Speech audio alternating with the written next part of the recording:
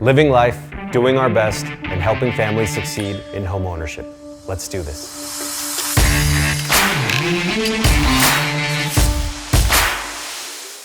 Today we're going to talk about the current housing madness. Yes, I said madness. You'll see exactly what I mean.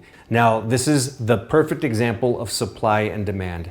Very little supply, super high, lucrative, crazy, ultra high demand at its finest. It's crazy.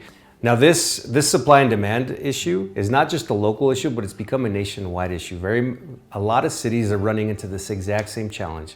A lot of buyers, not a lot of sellers. So we're going to talk about some of those challenges that come with buying real estate in today's current market. But let's begin with January. So January median price in Washoe County was $446,000.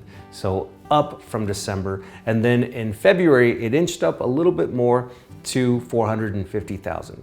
Crazy, almost $500,000 here in Washoe County for a median price sold during that time. Now, at the time of this recording, the March numbers are not out yet, but I can suspect nothing less than $450,000. It'd probably go up a little bit more. It's just madness, like I mentioned. Supply is definitely not keeping up with the demand. So let's talk about some of the challenges that are coming with selling real estate and with buying real estate. One of the biggest challenges with selling is nothing. There is no challenge in selling. You put your house up for sale and it will be sold within hours, within minutes. There's that much demand going on.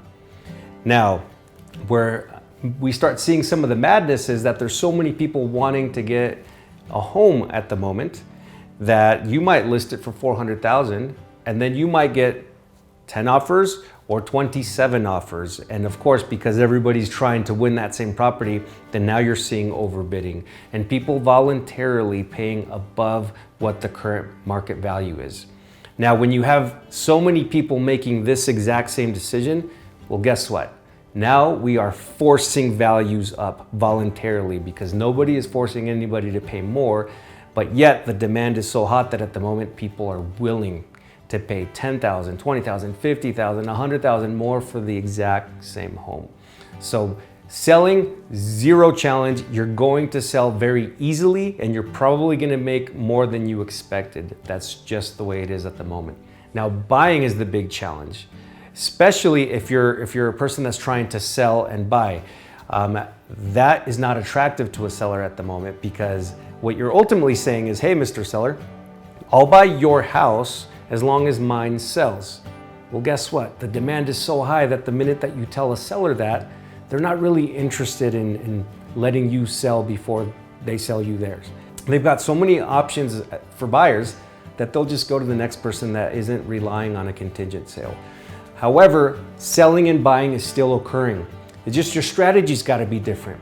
Now, in order to have a much better opportunity at winning on the buy side, we're seeing more and more families sell first, move in with some like family members or friends temporarily, and then now that the home is sold, they've got cash in hand. Now they come back to market with a much stronger offer. Now they can tell you, hey, Mr. Seller, I'll buy your house. I got $150,000 down.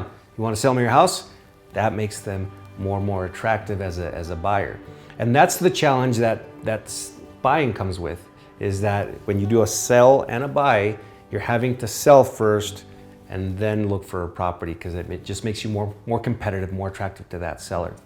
Now, the bigger challenge is affordability. Within the city limits of Reno, values have gone up so much that now first-time buyers are feeling the pinch, for sure. Down payment assistance programs, FHA loans, minimal down payment programs are still available. They're still being utilized, but the challenge that these buyers face now is that they're competing with people that maybe have $100,000, $150,000 for a down payment. And I'm not trying to discourage you if you're a first-time buyer. Keep going. This is a cyclical business. We just happen to be in a crummy cycle that doesn't favor you at the moment. But this tide will turn. It always does. And I'm going to tell you exactly when. This will end, I don't know. That is the truth. Anybody tells you that they know when it's going to end, they're lying because it is all market driven. There's a lot of factors that go into play in order for a market to shift. And generally when it's already happened, you didn't notice it. It usually happens and then you notice it after it happened. So what I tell everybody is stay ready, stay approved. If homeownership is your goal in 2021, stay approved. Keep your eyes open, keep trying, don't quit, because when things shift, which like I said, I don't know when, but when it does, because it surely will, because year after year, cycle after cycle, we see this change, then you'll be ready.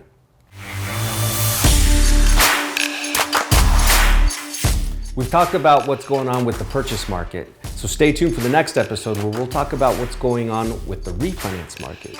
Is it still a good time to refinance? What if I'm in forbearance? Yikes. A lot of good information coming your way. See you next time.